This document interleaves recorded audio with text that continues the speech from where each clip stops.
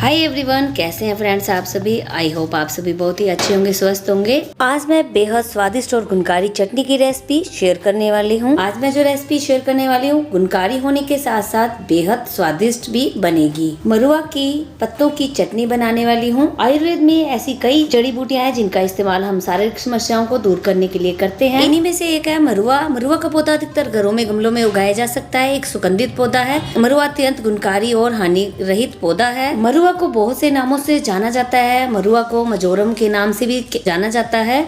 मरुआ एक पुदीने की प्रजाति से संबंधित रखने वाला पौधा है।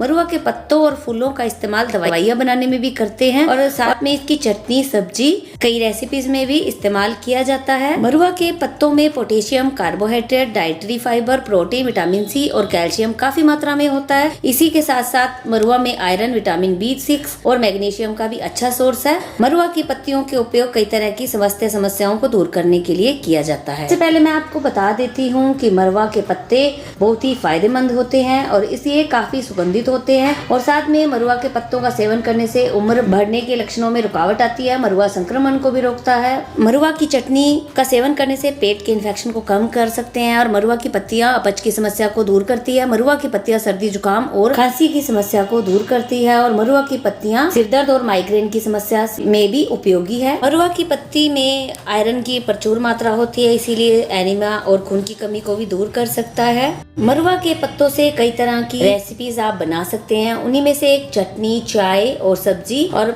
मरुआ के पत्तों की आप रस निकाल कर भी इसका सेवन कर सकते हैं। मरुआ के पत्तों का काढ़ा बनाकर भी पी सकते हैं आप। बच्चों के पेट में अक्सर कीड़े की समस्या देखने को मिलती है, इसीलिए मरुआ का पत्तियों का उपयोग लाभकारी होता है। ये पत्ते खाने में बिल्कुल पुदीने के जैसे लगते हैं और मरुआ के पत्तों का टेस्ट बिल्कुल पुदीने से मिलता जुलता होता है। मरुआ के पौधे मिंट परिवार से मिलता जुलता होता है, यानी पुदीने का ही एक रूप है। और इसकी खुशबू से पूरा घर महक उठता है। अगर आपने गमले में लगा रखा है तो इसकी खुशबू चारों तरफ फैलती रहती है और काफी जल्दी ये उग जाता है। आप एक बार बीज डाल देंगे, आपको केयर की भी जरूरत नहीं पड़ेगी, फिर भी आपका ये पौधा है और काफी जल्दी ग्रो हो जाता है। मरुआ के पत्तों को अगर आप घर पर पौधे के तौर पर लगा सकते हैं तो आपके घर में कभी भी मच्छर, मक्खी या जहरीले जानवर नहीं आएंगे, जैसे कि सांप, बिच्छू वगैरह, क्योंकि इसकी जो खुशबू है वो काफी स्ट्रॉन्ग होती है। बिल्कुल पुदीने की तरह महकता है इसका पौधा।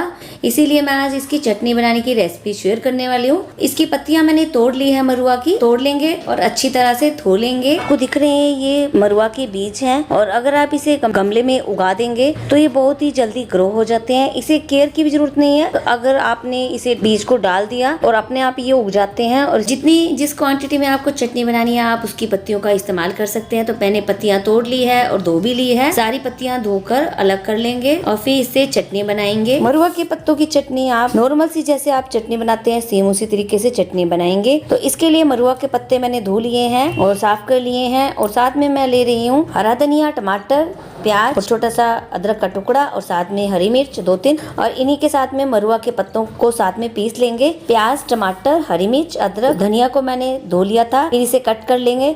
कट करने के बाद अगर आप मिक्सी में इसे बनाना चाहते हैं तो मिक्सी में भी बना सकते हैं, ग्राइंड कर लीजिए। साथ में मरुआ के पत्ते भी पीस लीजिए। तो मैंने इसे सिलबट्टे पर बनाया है। अगर आप सिलबट्टे पर नहीं बनाना चाहते तो आप इसे ग्राइंडर में भी बना सकते हैं। बस इसी तरीके से चटनी बनेगी। इसकी चटनी का जो टेस्ट है वो बिल्कुल पुदीने की चटनी जैसा ही होता है। खाने में तो गुणकारी है ही, स्वाद में भी बहुत ही बढ़िया है। तो हरी मिर्च को मैं कट कर लेती हूँ। मैं सिलबट्टे पर बना रही हूँ इसे। मरुआ के पत्ते और हरी मिर्च को तो हमने डाल ही लिया था, साथ ही हम डाल देंगे इसमें सभी चीजों को चॉप्ड कर लेंगे। प्याज को भी चॉप्ड कर लिया, साथ में धनिया पत्ती चॉप्ड कर ली और साथ में टमाटर को भी पीस लेंगे, कर लेंगे।